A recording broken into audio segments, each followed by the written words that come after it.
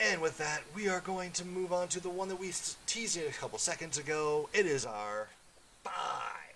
That's right, five matches of the week. And this week we have a mix from Impact, AEW, literally, actually, one from every show we watch this week except for NWA Power. We start off with number 5, will be the announced main event from Impact Wrestling this past Thursday. Finn Juice versus Ace and Fulton for the Impact World Tag Team Championships. It was a great match that we all thought was going to end in a certain way, and they completely flipped it around.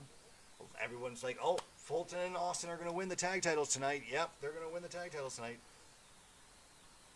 They didn't win the tag titles. It was a great match, though. Great match. But number 4 was just one step ahead, and it was the other tag team title main event from this past week.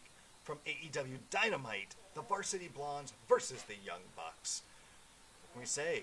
The Varsity Blondes have got their gimmick. They've become a strong team. They pulled off a great main event match with the Young Bucks. We didn't expect them to win, but they made us doubt that thought for a couple times in that match. And I just want to say, it was a fun main event that ended with a great post-match that built up an angle. Something that AEW is really good at is giving us this one match that we won that doesn't really have a story implication, but then tie in the story implication to it. That was a great example. Number 3, Roman Reigns and Cesaro from WrestleMania Backlash. Another main event from this week. I'm just going to be a spoiler. They're all main events from this week. They're all the main event matches. So, Cesaro Roman Reigns was a great match. They really told a good story in that. Roman Reigns, I haven't seen him do a bad pay-per-view match yet, to be honest with you. I don't watch SmackDown, so I don't watch his matches there, so I can't say that he's had bad or good matches on there. But I just know that I have not seen him do a bad match at all. And I know Neil's going to be surprised to hear me giving Roman such great praise, but fact's fact. I haven't seen a bad match that he's done on pay-per-view yet since the heel turn. Just saying. With that, two. This one is NXT's main event, the Steel Cage match for the NXT North American title, or as I like to call it, the NXTNA title. Johnny Gargano versus Bronson Reed. That's right. Johnny Gargano versus Bronson Reed. They put on a great steel cage match. You knew Theory was going to try to get involved as much as he could. I was surprised that we didn't see Loomis, so obviously Loomis is doing a different story part.